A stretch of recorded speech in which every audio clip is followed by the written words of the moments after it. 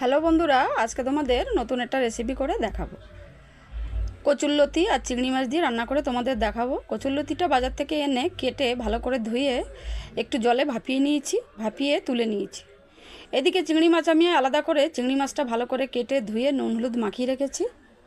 তারপরে কড়াই বসিয়ে কড়াইতে তেল দিয়ে তেল যখন গরম হয়ে গেছে তখন আমি কালো জিরে ফোড়ন দিয়ে কয়েকটা কাঁচা লঙ্কা আর একটা পেঁয়াজ ঝিরিঝিরি করে কেটে ওর ভিতরে দিয়ে নাড়াচাড়া করে একটু ভাজা ভাজা হয়ে যাওয়ার পরে চিংড়ি মাছটা আমি আলাদা করে কেটে ধুয়ে নুন হলুদ মাখিয়ে রেখেছিলাম, ওইটা দিয়ে একটু ভাজা ভাজা করে নিলাম।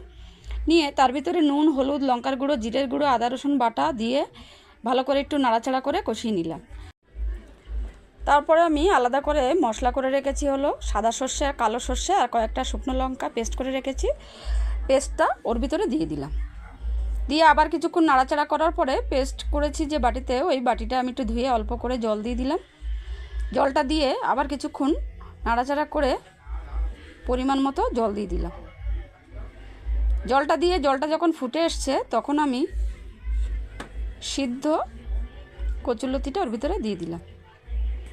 দিয়ে একটু নাড়াচাড়া করার পরে আমি ঢাকা দিয়ে দিলাম। ঢাকাটা 2 থেকে 3 মিনিট ঢাকা দেওয়ার পরে ঢাকাটা উঠিয়ে আমি একটু চিনি ছড়িয়ে দিয়ে নাড়াচাড়া করে নামিয়ে নিলাম। আজকের এই কচুরলতিটা আমি যেভাবে করেছি সেইভাবে করে খেয়ে দেখো কেমন লাগে, কমেন্টে জানিও।